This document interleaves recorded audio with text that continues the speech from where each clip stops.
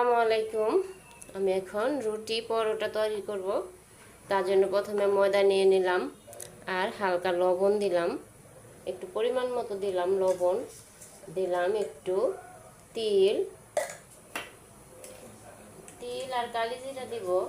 এটা কালি জিরা দিলাম, এটা বেকিং পাউডার, এটা ইস্ট ইস্ট দিলাম, একটু একটু গুল্লা রাখবো গোলাটা। আর দিয়ে দিলাম 1 চামচ চিনি দিলাম। আর তিল দিব, গরম পানি দিব, এটা একটু মিশাই হালকা গরম পানি দিয়ে আজকে তৈরি করব। এখন তিল দিয়ে দিব, সাদা তিল এটাকে বলে।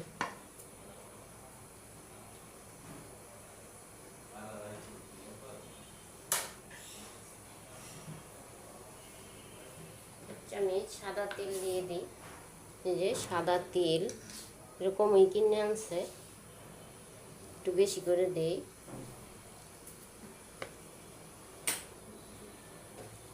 এখন এটার মধ্যে হালকা গরম পানি দিয়া এটা লাঠি দিয়া বানায় নেব। এই লাঠি দিয়ে আমার বাবা বানাই দিছেন বাড়ি থেকে, গ্রামের বাড়ি থেকে। এটা দাঁত হয়ে গেছে লাঠি, আমি এটা দিয়ে গুলতে পছন্দ করি, আমার ভালো লাগে। এটা আমার বাবার স্মৃতি।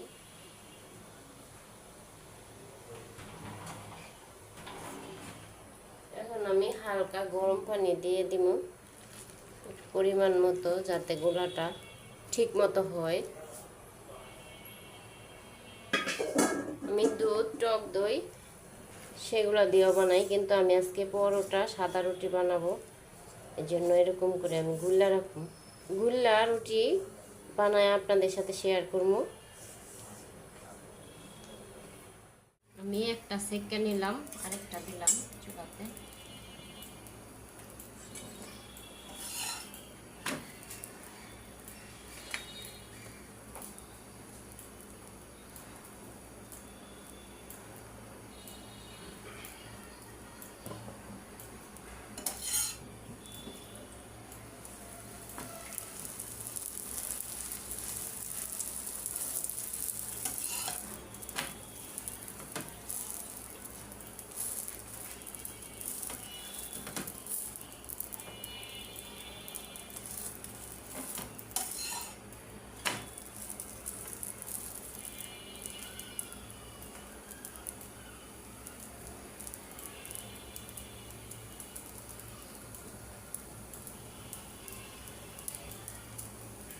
আমার পরোটা সেকা শেষ।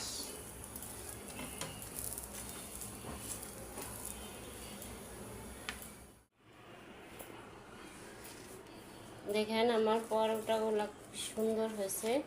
আমি আজকে তিল আর কালি জিরা দিয়ে পরোটা বানালাম, সবজি দিয়ে খাওয়ার জন্য। অনেক ধরনের সবজি একসাথে দিয়ে আমি চিংড়ি মাছ দিয়ে রান্না করছি। আজকে আমার অন্যরকম ডিম ভাজি দেখে আপনাদের সাথে শেয়ার করি। মাঝে মধ্যে আমি এরকম করে করি, ভাজা মরিচের গুঁড়া দিয়ে ডিম ভাজি করলে অনেক ঘ্রাণ আসে।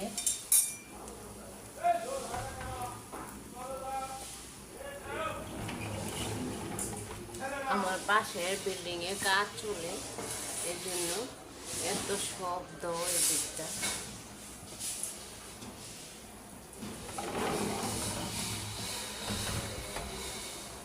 আমি এখন ডিমটা উঠাই নিই।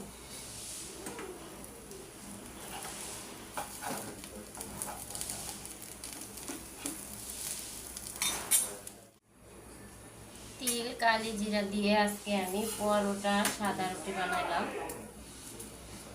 রুটিগুলো আমি সেঁকে নিলাম, অনেক সুন্দর হয়েছে আমার রুটি।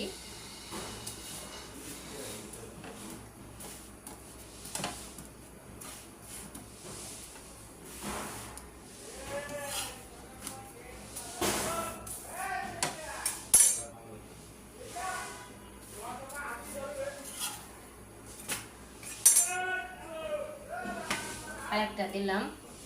এখন আমার রুটি সেকা শেষ, এখন চলেন পরিবেশন। রুটি, ডিম ভাজি, কলা, সবজি,